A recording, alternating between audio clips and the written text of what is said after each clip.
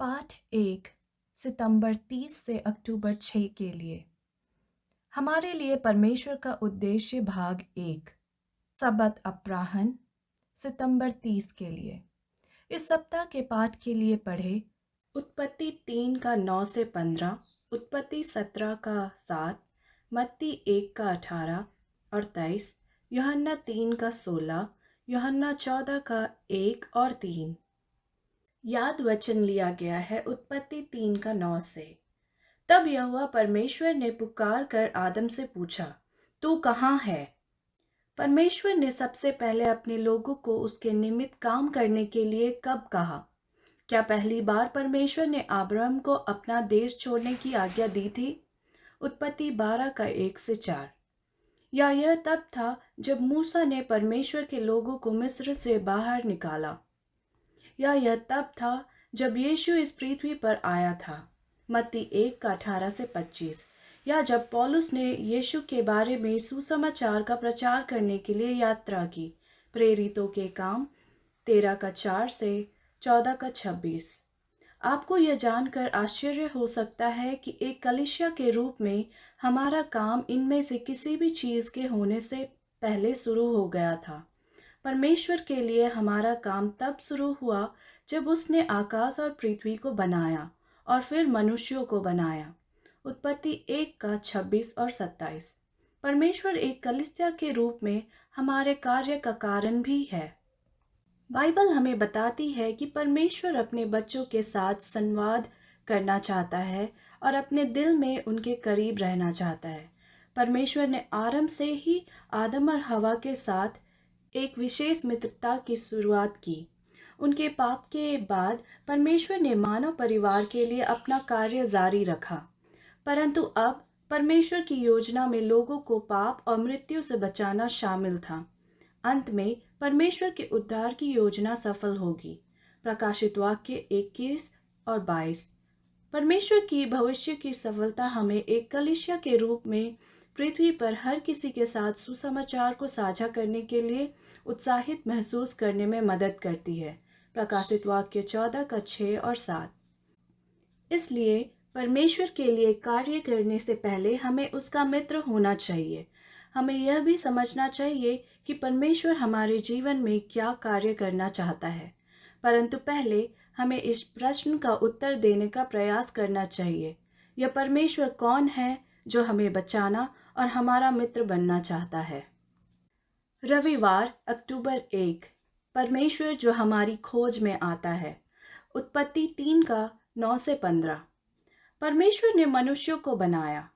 उसने हमें यह पृथ्वी हमारे घर के रूप में दी। शुरुआत में सब कुछ परिपूर्ण और खूबसूरत था।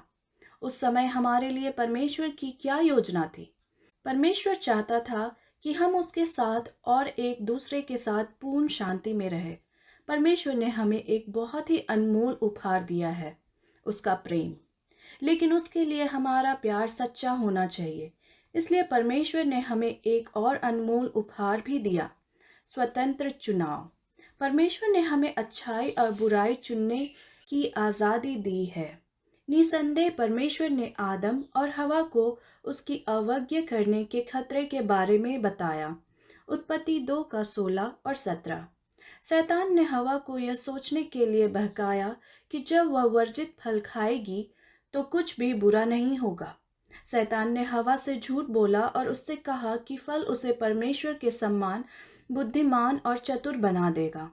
जिस दिन तुम उसका फल खाओगे उसी दिन तुम्हारी आंखें खुल जाएंगी और तुम भले बुरे का ज्ञान पाकर परमेश्वर के तुल्य हो जाओगे। उत्पत्ति 3 का 5।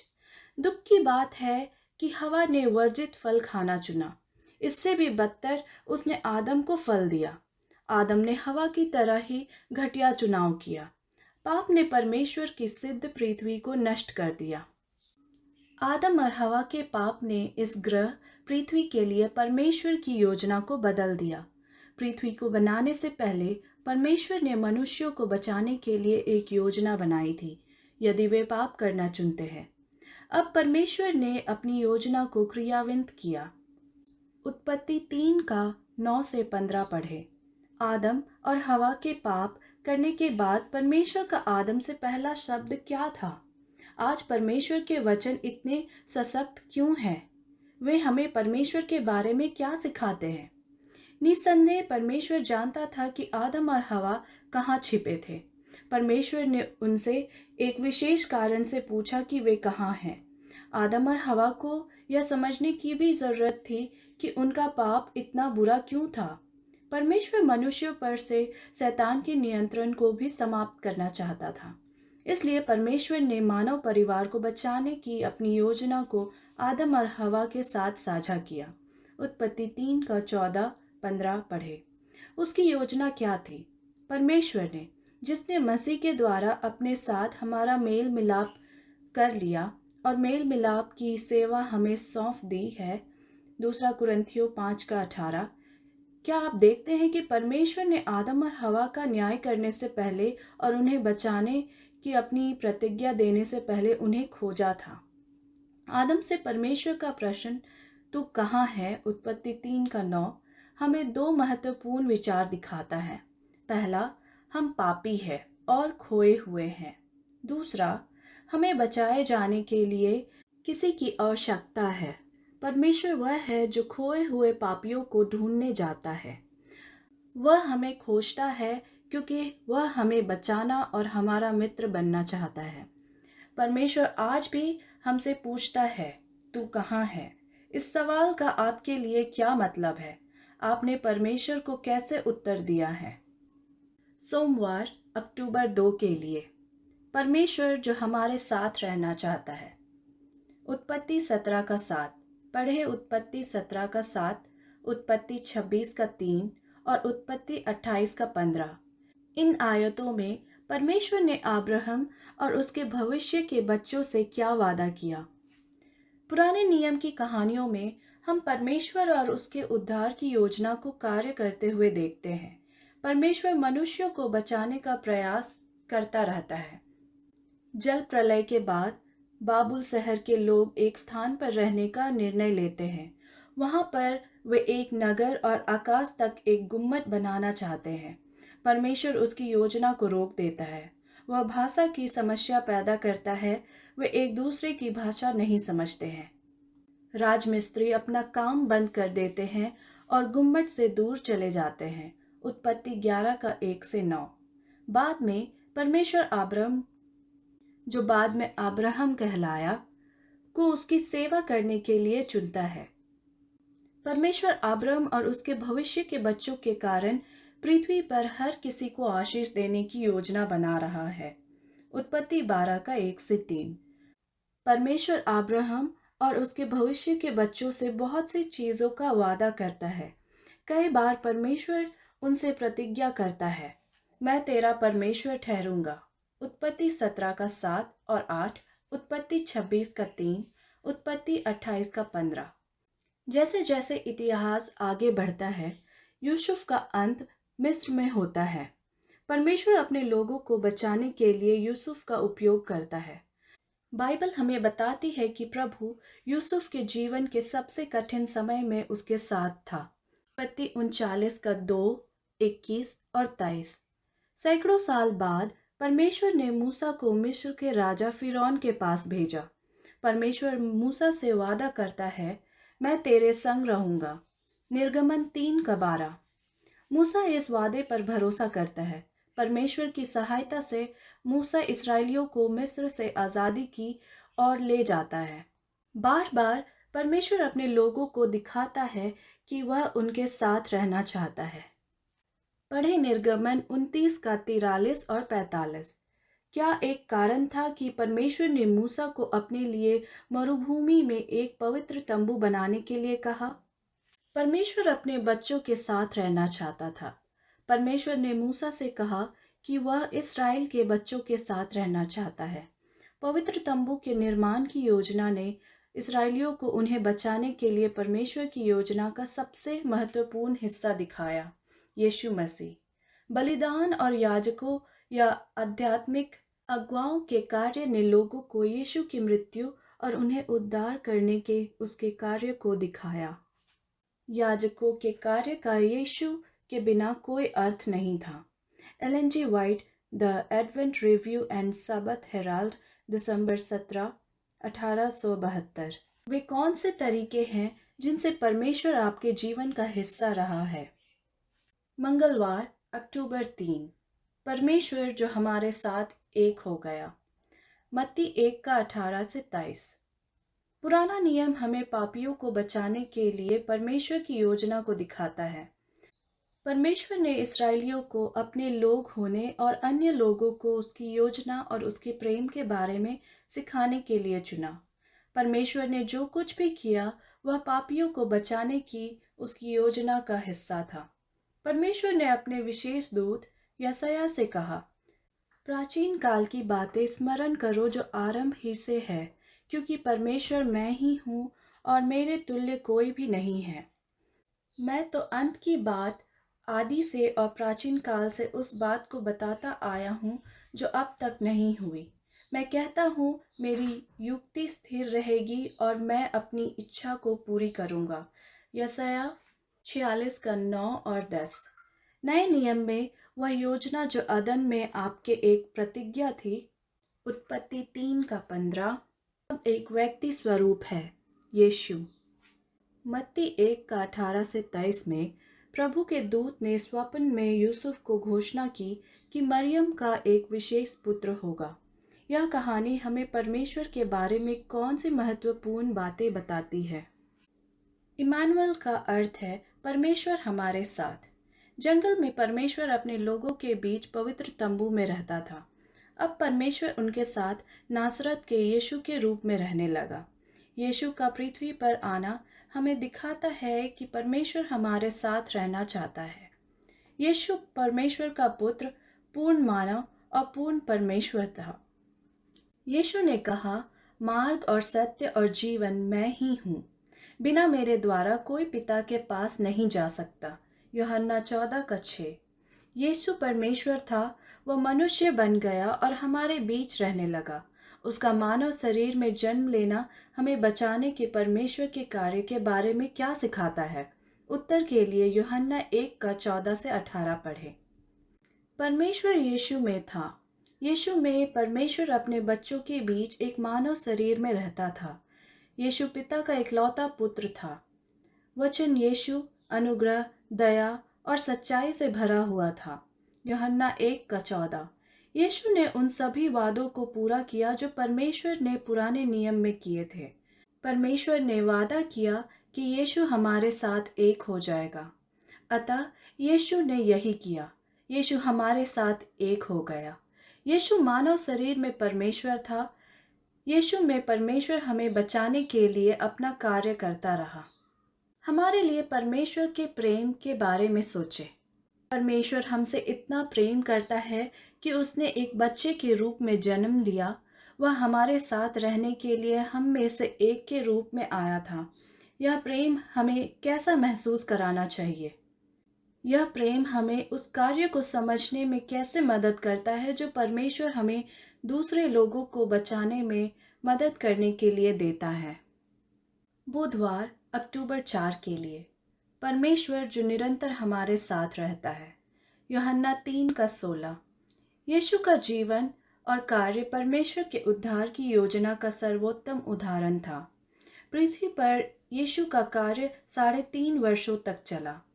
इस अल्पकाल में परमेश्वर ने हमें इस बारे में अधिक बतलाया कि वह कौन था और उसके उद्धार की योजना अतीत में किसी अन्य समय की तुलना में अधिक थी। यीशु उस परमेश्वर का आदर्श उदाहरण था जिसे कोई मनुष्य नहीं देख सकता था। परमेश्वर की सारी दया और शक्ति यीशु में विद्यमान थी। यीशु ने हमारे लिए परमेश्वर के साथ शांति स्थापित की जब वह हमारे लिए क्रूस पर मरा। कुलुस्सियों 1 का 15, 19 और 20।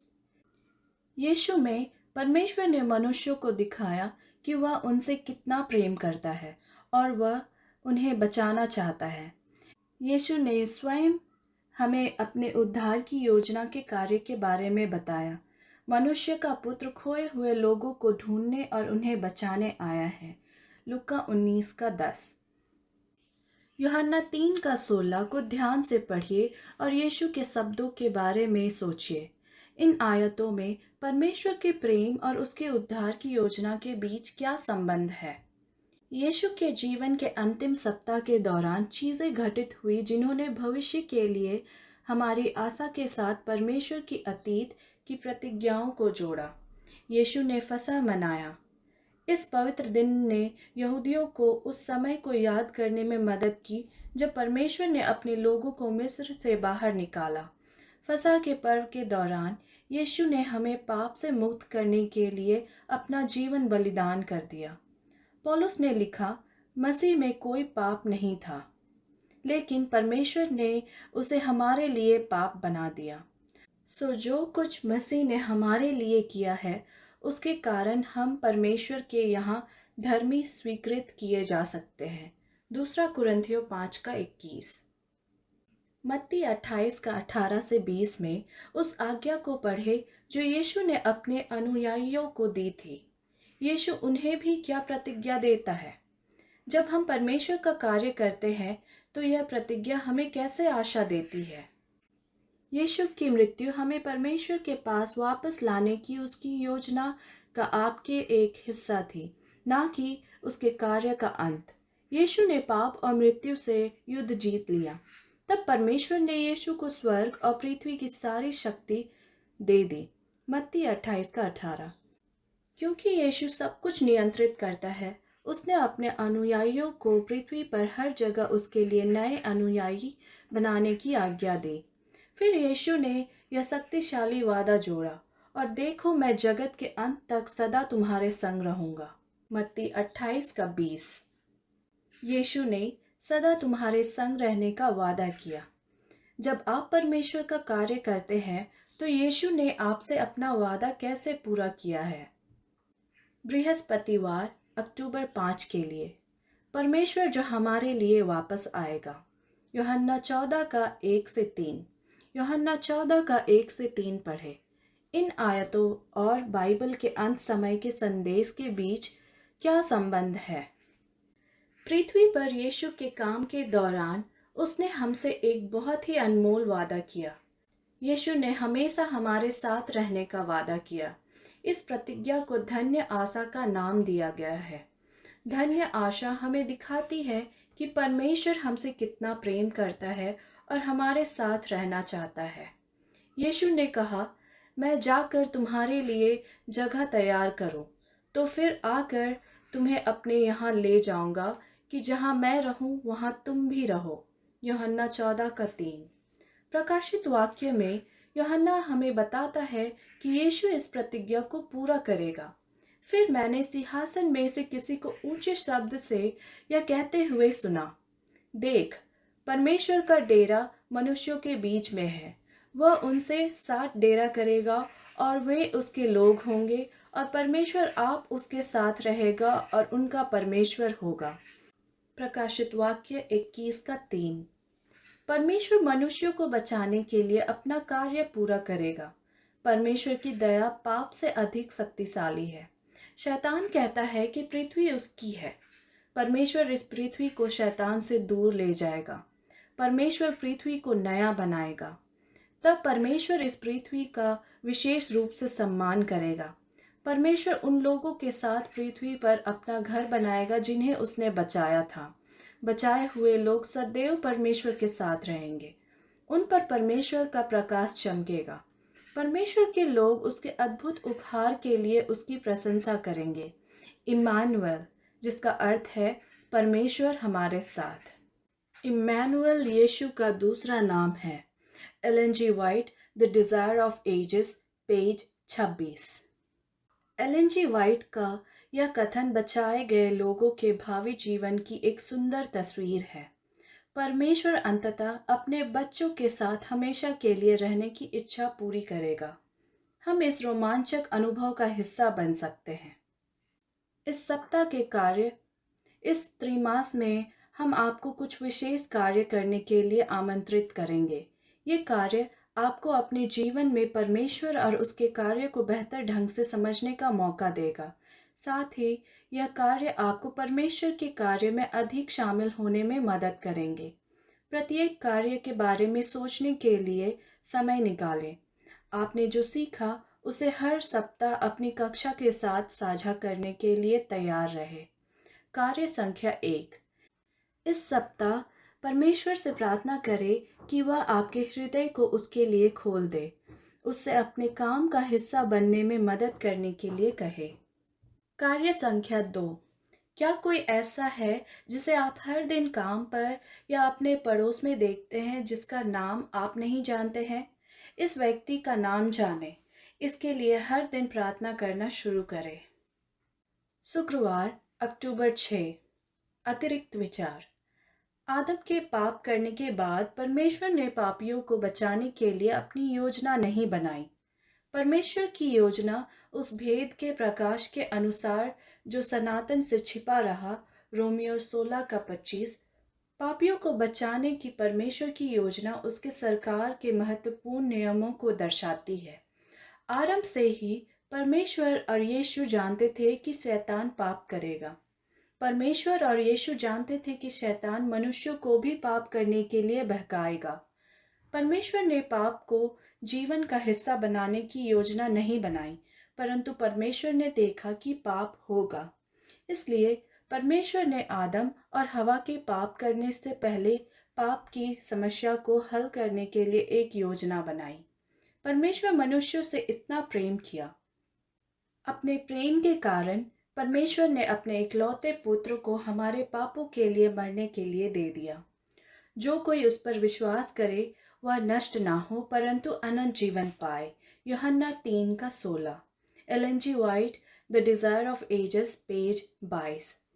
यीशु ने अपने चेलों को यह नहीं बताया कि उनका काम आसान होगा, लेकिन यीशु उन्हें अकेले लड़ने के लिए नहीं छोड़ेंगे। यीशु ने अपने चेलों से कहा कि वह उनके साथ रहेगा। यदि उसके चेले विश्वास के साथ परमेश्वर का कार्य करते हैं तो परमेश्वर उनकी रक्षा करेगा। इसलिए परमेश्वर के चेलों को उसकी आज्ञा पालन करना चाहिए।